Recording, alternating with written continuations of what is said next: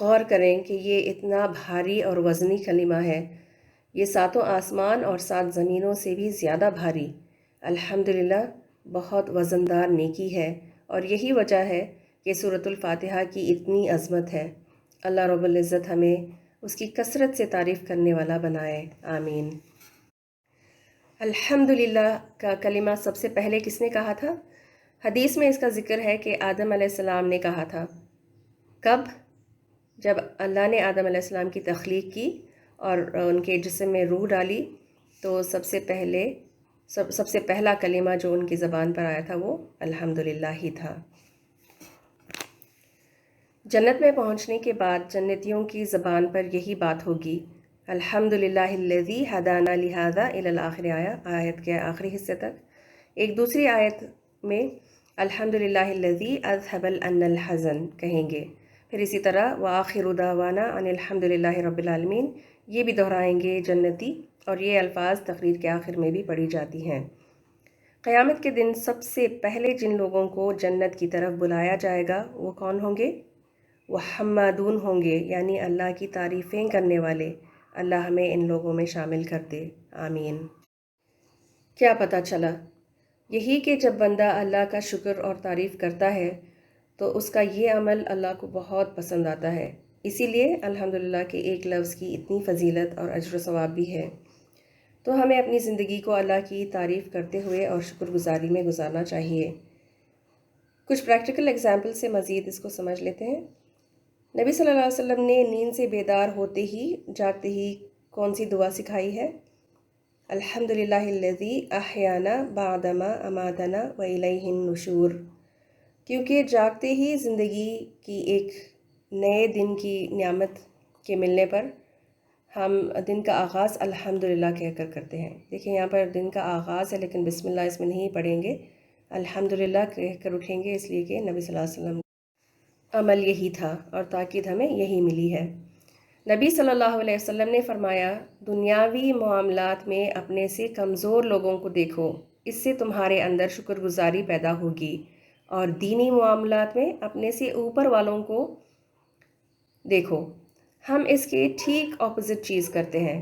دنیاوی کاموں میں ہم اپنے سے بہتر لوگوں کو دیکھ کر ان سے کمپیٹ کرتے ہیں اور ان کی طرح بننا چاہتے ہیں، اور جب دین کی بات ہو تو اپنے سے کمزور کو دیکھتے ہیں کہ وہ تو ہماری طرح نماز بھی نہیں پڑھتے، حجاب بھی نہیں کرتے، تو ہم بہتر ہی ہیں نا ان سے۔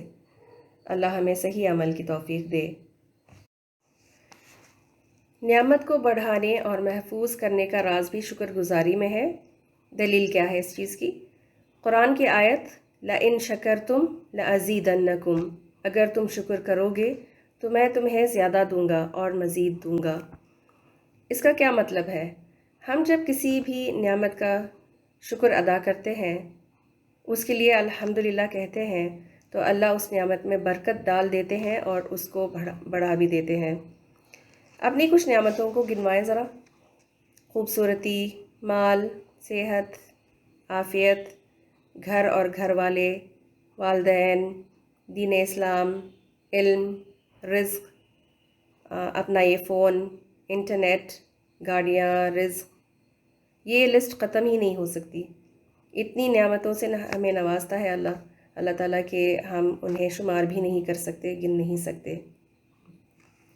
ان ساری نعمتوں کو یاد کر کے جب بندہ الحمدللہ کہہ دیتا ہے تو اللہ تعالیٰ ان میں برکت ڈال کر ان کو بڑھا دیتے ہیں۔ لیکن اگر ہم ان میں سے کسی بھی چیز کی ناشکری یا ناقدری کرتے ہیں تو اللہ اس چیز کو ہم سے دور کر دیتے ہیں۔ اسی آیت میں اللہ تعالیٰ نے فرمایا لَإِن شَكَرْتُمْ لَأَزِيدَنَّكُمْ وَلَإِن كَفَرْتُمْ إِنَّ عَذَابِي لَشَدِيدٌ، اور اگر تم کفران نعمت یعنی ناشکری کرو گے تو میری سزا بہت شدید ہے، بہت سخت ہے۔ شکر کے دراصل 2 پہلو ہوتے ہیں، ایک طرف اللہ کا شکر کرنا اور دوسری طرف ناشکری سے بچنا، شکوے شکایت سے بچنا۔ اگر کوئی نعمت مل جائے تو شکر کرنے کے ساتھ ساتھ اترانا نہیں چاہیے، فخر نہیں جتانا چاہیے، اور اگر کسی نعمت سے محروم رہ جائیں یا چھن جائے ہم سے تو اس پر شکایت نہیں کرنی چاہیے۔ یہی ناشکری ہوتی ہے۔ ہر نعمت کے ساتھ مشکلات بھی ہوتی ہیں جڑی ہوئی، کیونکہ یہ جنت نہیں ہے، یہ دنیا ہے، یہاں پھولوں کے ساتھ کانٹے بھی ملیں گے۔ مثلاً جب بزنس یا جاب نہیں ہوتا تو اس کی شکایت کرتے رہتے ہیں، اور جب کام مل جائے تو اس سے ریلیٹڈ جو پرابلمس ہوتی ہیں تو اس کی شکایت کرتے رہنا، تو یہ ناشکری ہوگی۔ اگر جاب ہے تو اس کے ساتھ اس کی مشکلات بھی ہوں گی، یا بزنس ہے تو اس کے ساتھ بھی، اور جیسے کہ صبح سویرے اٹھنا، ٹریول کر کے کام پر جانا، پھر کولیگز، کلائنٹس، کسٹمرز یا سپیریئرز جو بھی ہوں گے ساتھ، تو ان کا پریشر اور پرابلمس، کبھی شدید گرمی میں جانا پڑتا ہے تو کبھی سخت سردیوں میں اور بارش میں کام بھی کرنا پڑے گا، اور کبھی ٹریفک کی ٹینشن بھی ہوتی ہے۔ لیکن ہر وقت ڈرا بیکس پر فوکس کر کے کمپلین کرتے رہنا ناشکری ہوگی اس نعمت کی۔ جو پازیٹیو ایٹیٹیوڈ پر نظر رکھتے ہیں اور اللہ کے فیصلوں پر راضی رہتے ہیں، صبر کرتے ہیں، وہی شکر گزار ہوتے ہیں اللہ کی نظر میں۔ نبی صلی اللہ علیہ وسلم پر جب کوئی ناگوار حالات پیش آتی تو آپ صلی اللہ علیہ وسلم الحمدللہ علی کل حال کہا کرتے تھے۔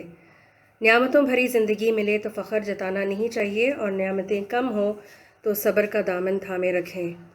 دونوں صورتوں میں الحمدللہ ہی ہو زبان پر، اور دل میں قناعت یعنی کنٹینٹمنٹ ہونا چاہیے کہ میں اللہ کے فیصلوں پر راضی ہوں، اور جو یہاں نہیں ملا وہ آخرت میں مل جائے گا اللہ کی رحمت سے۔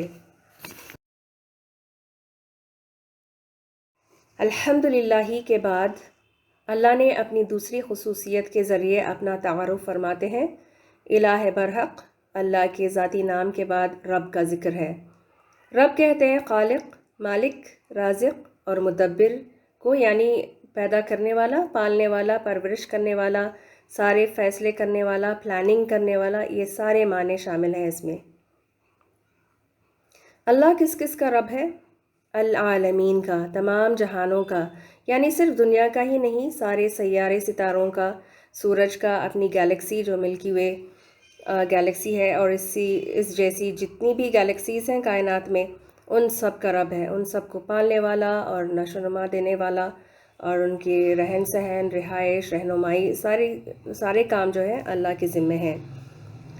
اللہ ہی ہے جس نے ہر چیز کو بنایا ہے، پھر ان کی رہن سہن، رہائش کا بندوبست کیا ہے، اس لیے تعریف اور شکر بھی اور عبادت بھی صرف اللہ کی ہی ہونی چاہیے۔ موسیٰ علیہ السلام سے فرعون نے پوچھا، یہ رب العالمین کیا ہوتا ہے؟ تو موسیٰ علیہ السلام نے جواب میں فرمایا، آسمان اور زمین کا رب، اور ان سب چیزوں کا رب جو ان دونوں کے درمیان ہے، اگر تم یقین لانے والے ہو۔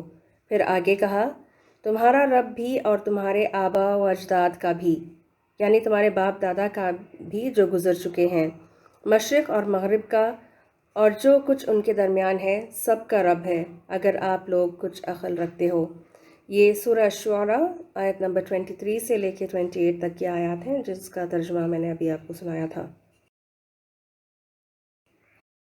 ابراہیم علیہ السلام سے بھی پوچھا گیا کہ تمہارا رب کون ہے؟ تو ابراہیم علیہ السلام نے جواب میں اپنے رب کا ایک بہت خوبصورت تعارف کروایا تھا، جو مجھے پرسنلی بہت پسند ہے، اور میں امید کرتی ہوں کہ آپ کو بھی ابراہیم علیہ السلام کی یہ بات آپ کے دل کو بھی چھو جائے گی۔ فرمایا، میرا رب وہ ہے جو مجھے کھلاتا ہے اور پلاتا ہے، جو مجھے سلاتا ہے اور جگاتا ہے، جب میں بیمار ہوتا ہوں تو مجھے شفا دیتا ہے، اور میں امید کرتا ہوں کہ وہ مجھے قیامت کے دن بخشنے والا ہے۔ تو یہ ہے اللہ جو ہمارا رب ہے، جو ہماری فکر کرتا ہے اور ہماری دیکھ بھال، اور جو ہمیں 70 ماؤں سے بھی زیادہ محبت کرتا ہے۔ ہم سے بھی ایک دن یہ سوال پوچھا جائے گا، من ربک، تمہارا رب کون ہے؟ یہ کب ہوگا اور کون پوچھے گا؟ قبر کے 3 سوالوں میں سے پہلا سوال جو فرشتے کریں گے وہ یہی ہے، من ربک، اور اس کا جواب بڑا آسان ہے، ربی اللہ، میرا رب اللہ ہے۔ لیکن جو دنیا میں اپنے پورے ہوش و حواس میں رب کو پہچان لے گا، اس کی معرفت حاصل کر لے گا، صرف اسی کے لیے ربی اللہ کہنا مشکل نہیں۔ اور اگر دنیا میں رب سے غافل رہا یا دوسروں کو اپنا رب مانتا رہا تو اس کے لیے وہ بڑا ہی سخت دن ہوگا۔ اللہ تعالی ہمارے شعور کو بیدار کرے اور ہمیں اللہ کی پہچان اور معرفت حاصل کرنے والا بنائے. آمین یا رب العالمین. وآخر دعوانا ان الحمد للہ رب العالمین. سبحانک اللہم وبحمدک نشہد ان لا الہ الا انت نستغفرک ونتوب الیک. السلام علیکم ورحمۃ اللہ وبرکاتہ.